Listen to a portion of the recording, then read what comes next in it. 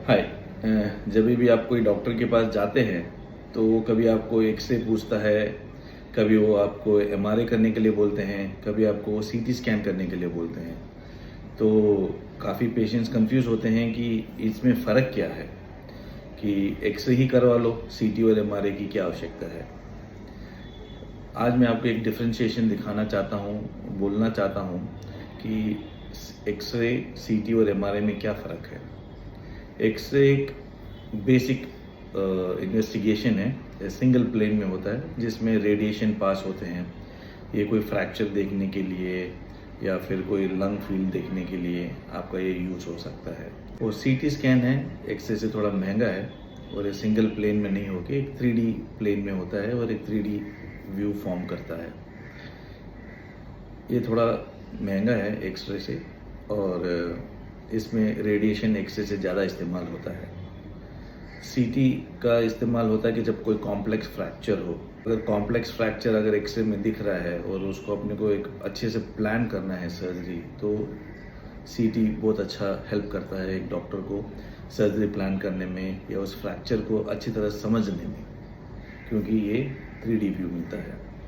वैसे internal organs है, liver में इंजरी हो गया, स्प्लीन में इंजरी हो गया, इंटेस्टाइन्स में इंजरी हो गया है, अंदर में कोई इंटरनल ब्लीडिंग है एब्डोमेन में, तो उसके लिए सीटी काफ़ी फ़ायदेमंद रहता है। अभी बात होती है एमआरआई की। एमआरआई का इस्तेमाल एक मैग्नेटिक फील्ड है जिसमें रेडिएशन का इस्तेमाल नहीं होता है। ये इतना हार्मफुल नहीं है जितना कि सीटी स्कैन हार्मफुल हो सकता है, लेकिन ये एमआरआई है जो मैग्नेटिक फील्ड यूज़ करता है। तो आपको उसका ध्यान रखना पड़ेगा कि जब भी आप एमआरआई करने जाओ, टेक्नीशियन या फिर डॉक्टर को बताओ कि अगर आपके शरीर में कोई इम्प्लांट है, कोई प्लेट बिठाया हुआ है जो स्टेनलेस स्टील का है कि टाइटेनियम का है। अगर स्टेनलेस स्टील का रहता है तो कभी कभी उसमें कुछ आयन पार्टिकल्स हो सकते हैं जो बिट कॉन्ट्रा इंडिकेटेड रहता है एमआरआई करने में। लेकिन जो टाइटेनियम इम्प्लांट्स रहते हैं that is compatible with MRI, तो आप आराम से एमआरआई करवा सकते हैं। एमआरआई सीटी और एक्सरे से महंगा है और ये थोड़ा ज़्यादा टाइम लेता है। सीटी थोड़ा फास्ट में हो जाता है, एमआरआई आपको थोड़ा ज़्यादा टाइम लेता है। और इसका इस्तेमाल होता है आपको अगर बोन्स में, जॉइंट के अंदर में कोई लिगामेंट देखना है, कोई मसल में टेयर है या और कुछ डिटेल में अपने को चाहिए, तो ये एमआरआई का इस्तेमाल होता है।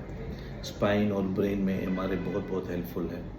अर्ली स्टेज में पिकअप करना हो कोई प्रॉब्लम तो एमआरआई काफ़ी हेल्पफुल होता है। तो ये सब मोडालिटीज़ है जो डिपेंडिंग अपॉन द सिचुएशन आपके डॉक्टर आपको पूछ सकते हैं कि क्या उनको चाहिए। बेसिक है एक्सरे, उसके नेक्स्ट स्टेज में अगर आपको जाना चाहते हैं और कॉम्प्लेक्स फ्रैक्चर को समझना है तो सीटी स्कैन है। और फ्रैक्चर के साथ अगर किसी घुटने में लिगामेंट टेयर है या खाली लिगामेंट टेयर ही है, वो अपने को एक्सरे और सीटी में नहीं मिलेगा, उसके लिए एमआरआई आवश्यक है। Thank you.